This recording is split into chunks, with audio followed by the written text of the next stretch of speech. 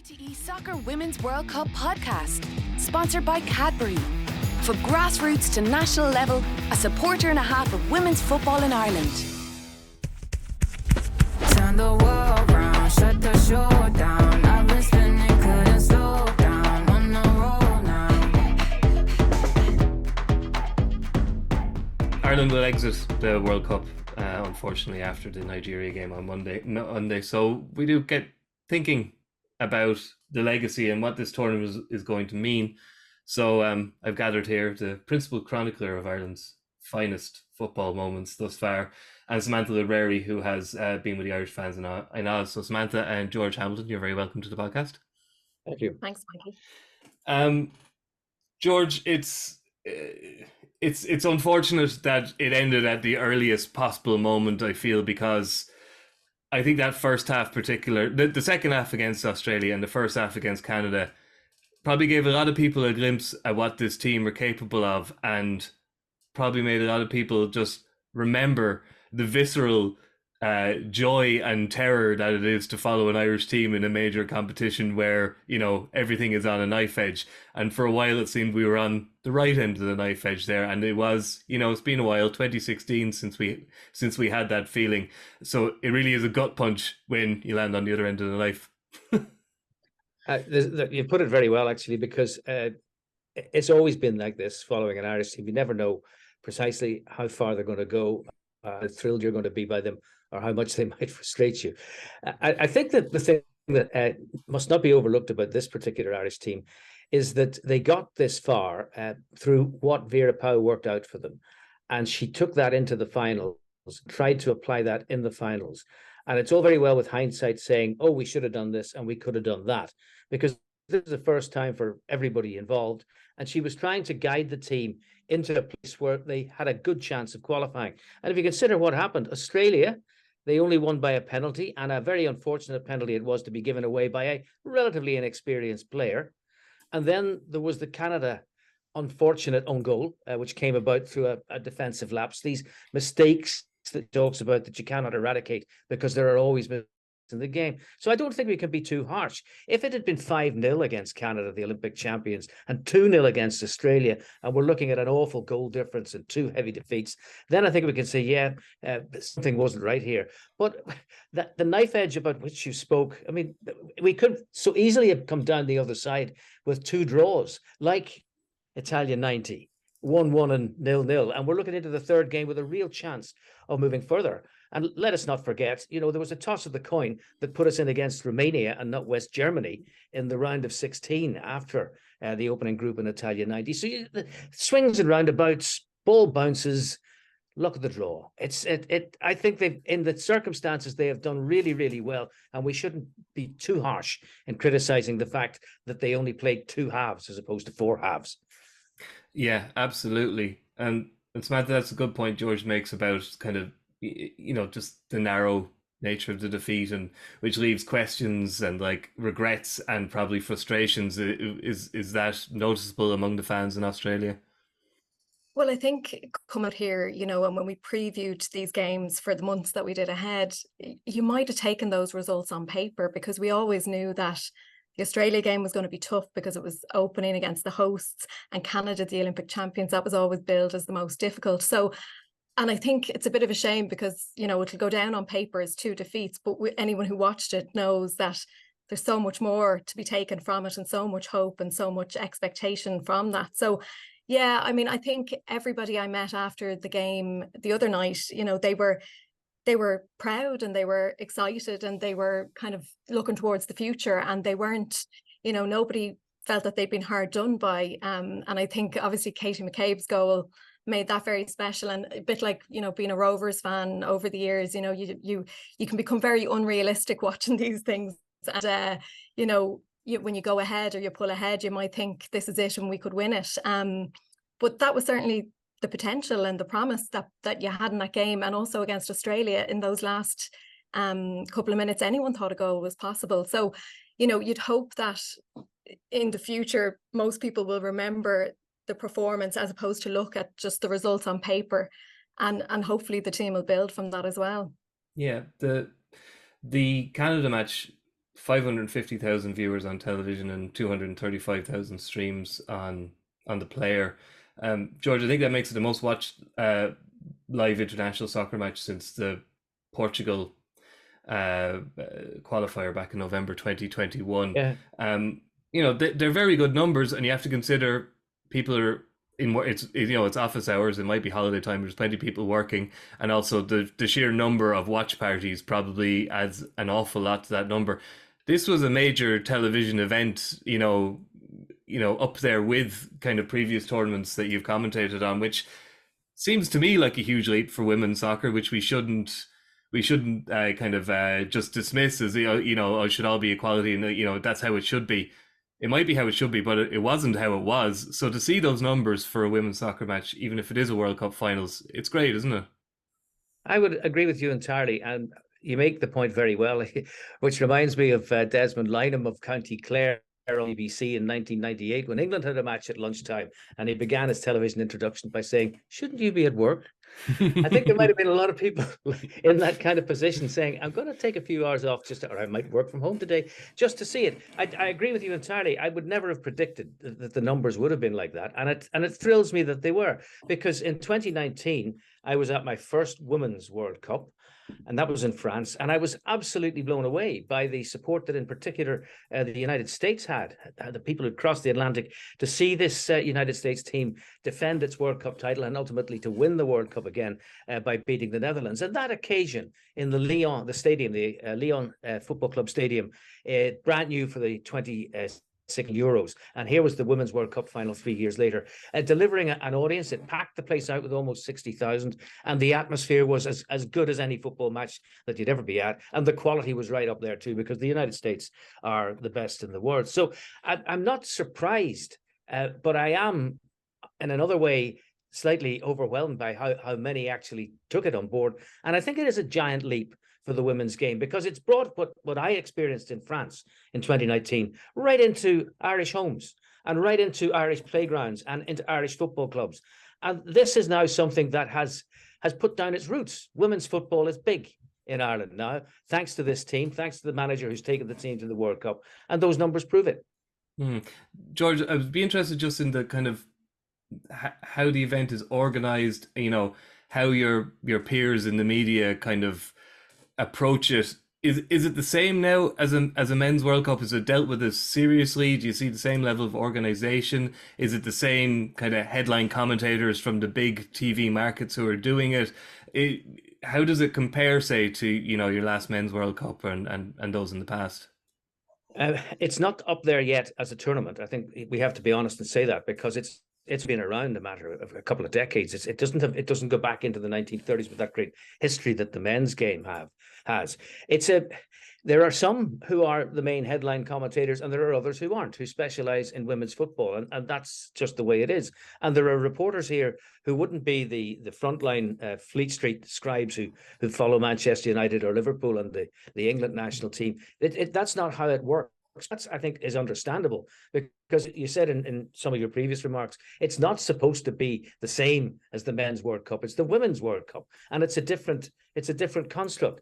It is organized in exactly the same way. The facilities are exactly the same for us when we go to broadcast. The difference, I would say, is that there isn't as much of a traveling support for the non-hosts as there would be at a men's World Cup, because the women's game, doesn't yet have that kind of profile, and that is understandable. I think we are in the fortunate position of having so many expats living in this country, that those who actually dug deep into their wallets and paid their way to get here have been joined by people who live here, which has given the Irish a support base at this competition that is much greater than most of the others, notwithstanding the fact that there are some very big footballing nations, women's footballing nations here. So it's not quite the same, but yet it is the same. And the posters, the banners are up. And when I returned to Brisbane from our sad night in Perth, the streets were thronged with green and gold. They were all going to see Australia playing Nigeria. It was as big as anything. And the chief executive officer of Football Australia said that the Matildas are one of the most beloved of all Australia's sporting teams. And for that to be the case in a country that is completely dominated by Aussie rules football, with rugby league a close second and rugby union and cricket battling for third place, that says something. And I saw it with my own eyes as they all streamed past our hotel on the way to Lang Park to see what for them was a very disappointing outcome last night. Yeah. Samantha, the kind of Italian '90s kind of it's always referred to almost as the credit union World Cup. Everybody decided to kind of finally go and get themselves into debt. This was something worth getting into debt for. The fans in Australia are different. They've made huge life choices, but they made them before the World Cup. It's like kind of the team came out to the fans in this instance, and these people have made changing decisions. Probably a lot of them involving credit union loans as well. What kind of impact do you think the tournament and the Irish team have had on the expat community? Because as huge as it is in Perth, and well described by you as a city of guards and nurses, like a giant coppers or something, but doctors. Yeah, junior doctors. They're still so far removed from home, and you might have your companions there, but this must have felt like a slice of Ireland was being transported out like a giant living care box or something.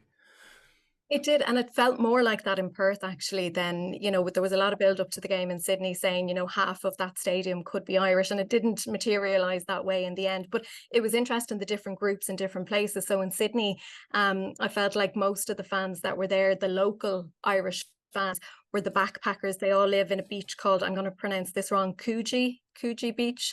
When I was in Australia in 2016, backpacking around Bondi was the place to live, but 16 years has passed since then, and it's it was 2007 I was here, but 16 years later, Coogee is where they all live, and it's that younger crowd, those people who've left Ireland recently. In Perth, there was a lot more of the professionals, the people who've come out to work as junior doctors, and then there's people who are working in mining and construction, and people who've built their lives here. And I've just arrived in Brisbane, but I've been told by talking to the community here that it's a lot more of a settled community.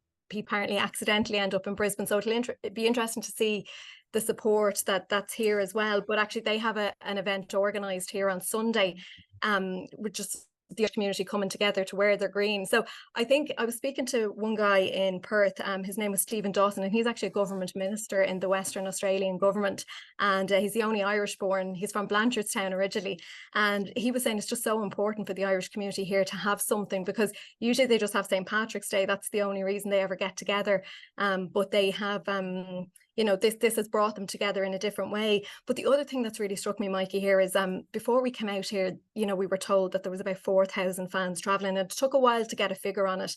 That's based on the number of visas that are, the temporary visas that are issued. And I didn't believe it. I was thinking there must be, 4,000. It's too. If you think there were 7,000 people for the send-off game in Tala, then the 4,000 didn't make sense to me. Now, I haven't met 4,000, but I've met countless amounts of people who are here, and there's everything from a gang of women who rented a camper van to go up the coast, who are celebrating their 40th birthdays, dads and daughters, people who were involved in football, families. It's really extraordinary, because it's a far place to come, and it's an expensive place to come, and even making that journey across Australia to Perth, it's huge. So the fact that so many people have travelled has really struck me as, for a team that, and we were talking about numbers earlier. I was at the training session they had in UCD a couple of weeks before the team was selected, and Diane Caldwell was saying it was a Friday morning, at around 10 o'clock, and it was a school time, and there was 1,200 people there, mostly young girls who were all skipping school actually, to be there, and with their parents' consent. And she was saying, we would have struggled to have these numbers in Tala a couple of years ago, and here we are training, before the World Cup. And then, for that send-off game against France, there was 7,600 fans, and then you leap to Sydney and you've got 75,000. Now, we thought there'd be a lot more there in terms of Irish, but there were still thousands of Irish there. But in Perth, there was 17,000 people in that stadium, and the majority of them were Irish. So, that if you just think of that in simple numbers of the number of eyeballs before you add in the RTÉ player and the RTÉ coverage, it's just extraordinary. Yeah, it really is. You caught up with one fan, Hannah Catigan from Achill, who travelled all the way over from Mayo with her father Raymond. I really hope they understand how much they mean to us by being here at this tournament, and I really hope they know how proud we are of them for playing in this tournament and making it as far as they did. And I think they can sense that the amount of people that have came up and supported them, and even came out from Ireland that supported them, and even here, they mean so much to everyone. And even those at home, you have young girls aspiring to be them, and then you have, you know, previous generations who paved the pathway to be here.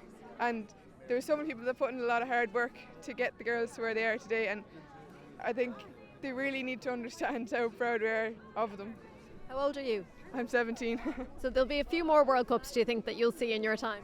Oh, 100%. This team is going so far. Like, there's so much yet to come from this team that we haven't seen, and this is the most excited I've ever been for this squad, and there's so much yet to come. And will your dad be bringing you to those? I know you had to convince him to bring you to this World Cup. Will you be working on him for the next ones to come and the other tournaments that lie ahead? Oh, 100%. College might be out of the question now at this stage. That's wonderful to hear, George, isn't it? That, you know, there is this there is a committed fan base there.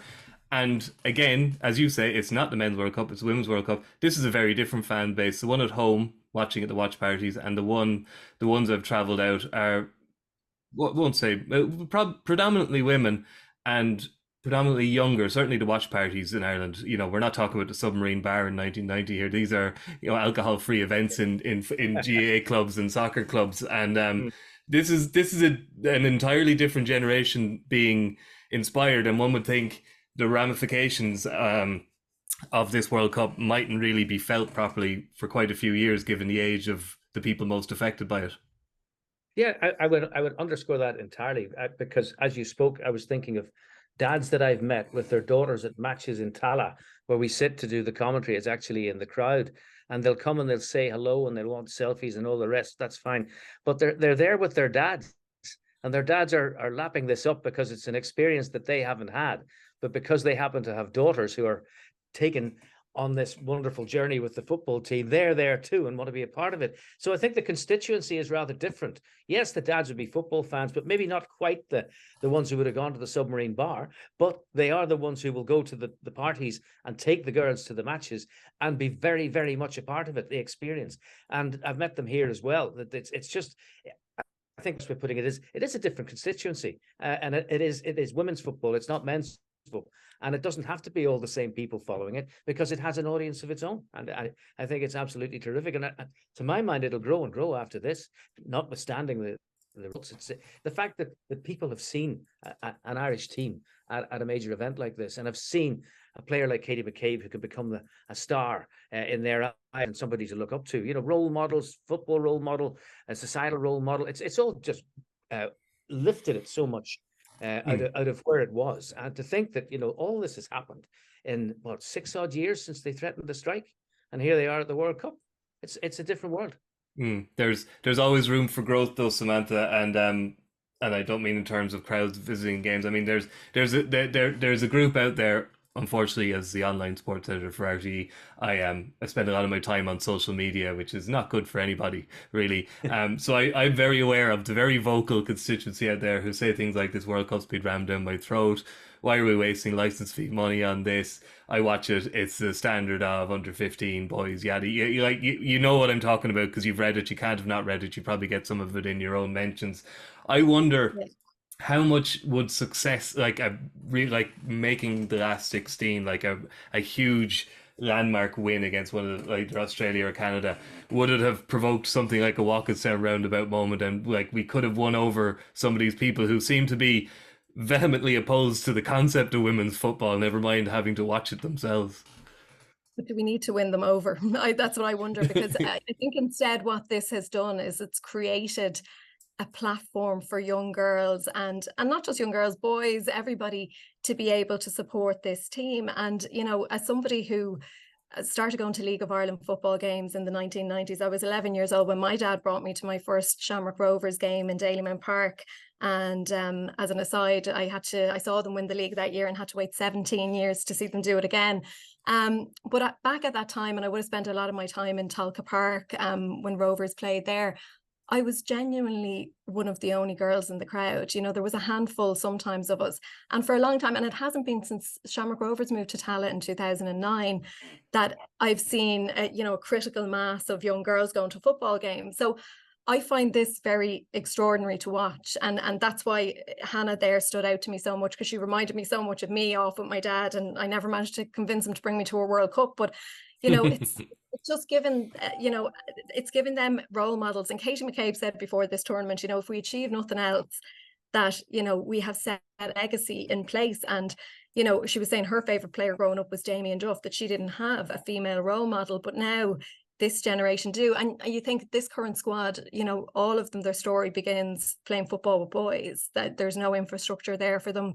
They've come through a male system to break into and go to a Women's World Cup. So you have to think that down the line, that the likes of Hannah there and her generation, they can play in clubs, they can, they have access, and this only makes it more accessible. And the FAI were telling us before we came out here that, the growth in the game has already been seen, since the rise of this team at grassroots level.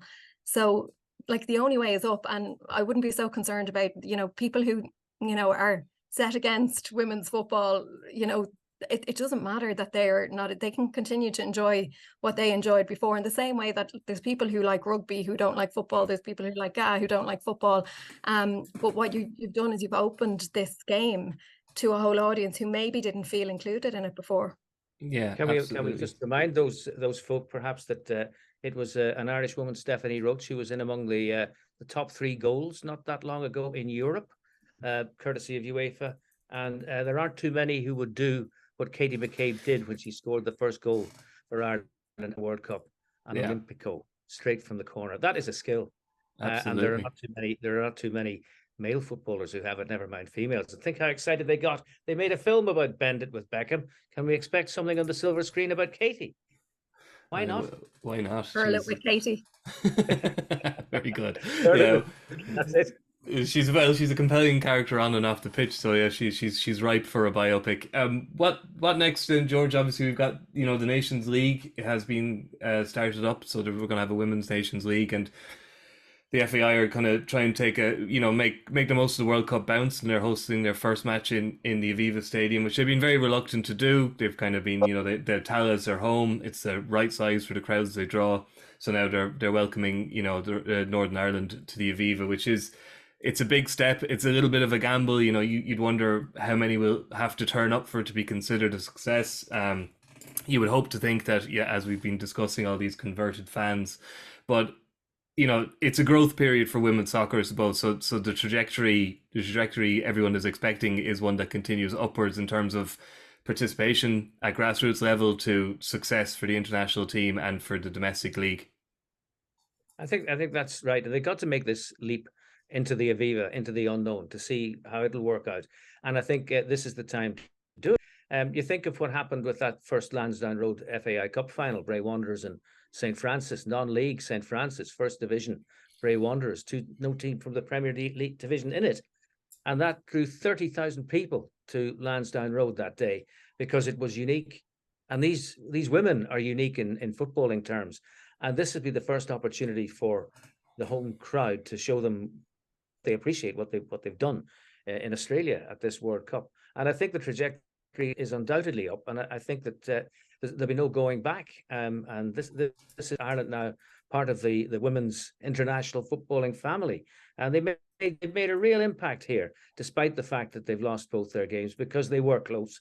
They played very well in patches in those games. And it's the first time, the men's team's first big tournament was Euro 88, and they came home after 3 games to a welcome that Jack Charlton couldn't believe. So, it doesn't have to be success for Irish sports fans to acknowledge that this has been something special. And the men's team did put the country on the map in a sense, in a societal sense. And I think the Manana Éireann here have done the same thing in a different kind of way. Yeah, and we certainly hope that follows through into the years to come. Obviously, they're not finished. They have Nigeria on Monday in Brisbane, which thankfully now there's something riding on that for Nigeria. So it would be a shame if we had 2 eliminated teams playing each other. It would have been really taking the air of the balloon. But at least Ireland will have a motivated competitor. You can hear George commenting on that on RTÉ2 and the RTÉ player, and Samantha will be across RTÉ radio and news output. And you can follow the match on 2FM, listen live, or via the live blog on the RTÉ website and the RTÉ News app. And as just a reminder again, all the matches are live either on the RTÉ Player or RTE2. So thank you to George and thank you to Samantha for joining us from Brisbane, and we'll be back again tomorrow. Good luck.